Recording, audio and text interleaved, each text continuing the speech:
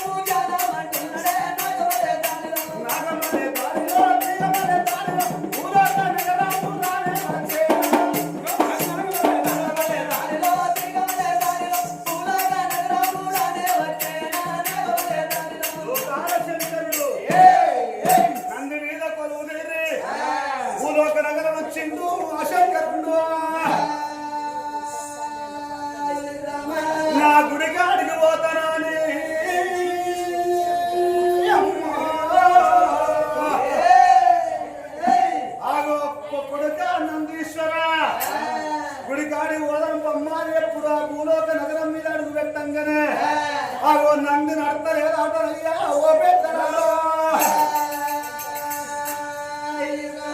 కొడుకా నందీశ్వరుడా కొడుకా ఇక్కడ రాక మంచిగా కొడుకు నడుచుకుంటూ వచ్చినవురా గుడికాడి ఓరాంబా కొడకని అంటే ఒక్క అడుగు ముందుకేస్తలేవు అడుగులు అర్రవేత్తలేవు కొడక నందీశ్వర ఓరాంపాలను చెప్పి బతిలాడిండు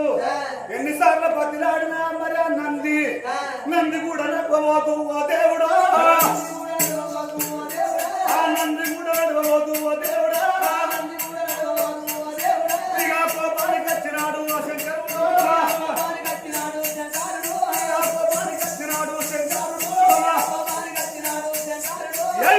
చేతుల పట్టే ఓ దేవుడా నందిని పట్టబట్టే శంకరుడు ఎంత పట్టిన గాని ఓ దేవుడా నంది కూడా నడవరాయే నారాయణ కుర్ర చేతుల పట్టి కంద కావుల వార నా పడత నందీశ్వర మదానమచ్చారా నడువురా నా పడకనేంటే నాకే మల్లవాడి ఒక్కడు కూడా ముందుకేస్తలేవు అని చెప్పి కుర్ర చేతుల పట్టి నందిని కొడతానే శిరపుల రక్తం కారుతున్నదాట ఎంత బతిలాడినా ఎంత వచ్చినా నంది మాత్రం నడపలేదు ఆ నంది ఎందుకు కొరకు నడపలేదని అంటే అమ్మవారు వసుంధరాదేవి తెలవక ఒక 3 పాపాలు చేసిందాట ఒకటేమో నాగమ్మ పాపం ఒకటి పిల్లి పాపం ఒకటేమో మైలి గంజావు పాపం 3 పాపాలు ఏకవాయి ఎవరు సంతాన ఫలం ఇద్దామని వసుంధరాదేవి ఇంటికి వచ్చిన గాని ఆగో మరి ఫలం చేయకుండా చేస్తున్నాయట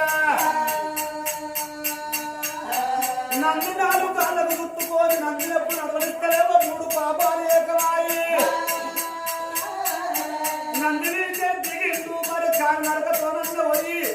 వసుంధరాదేవికి ఒక కొడుకు బలం ఓడి కట్టి వస్తానని నంది దిగిన శంకరుడు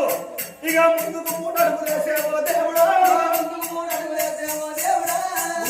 అడుగులు వేసే శంకరుడు 3 పాపాలు చూస్తున్నాయి ఓ దేవుడా 3 పాపాలు కళ్ళతోని చూసినాయి ఆగో శంకరుడు మరి కాలినడకతో పోయి సంతాన ఫలం ఇస్తామని పోతుంటే శంకరుడు కాళ్ళకు చుట్టుకున్నాయట ఆగో శంకరుని కూడా నడవనిస్తలేవు ఆ 3 పాపాలు నా శంకరునికే గుండెలకు బెల్లు అన్నయి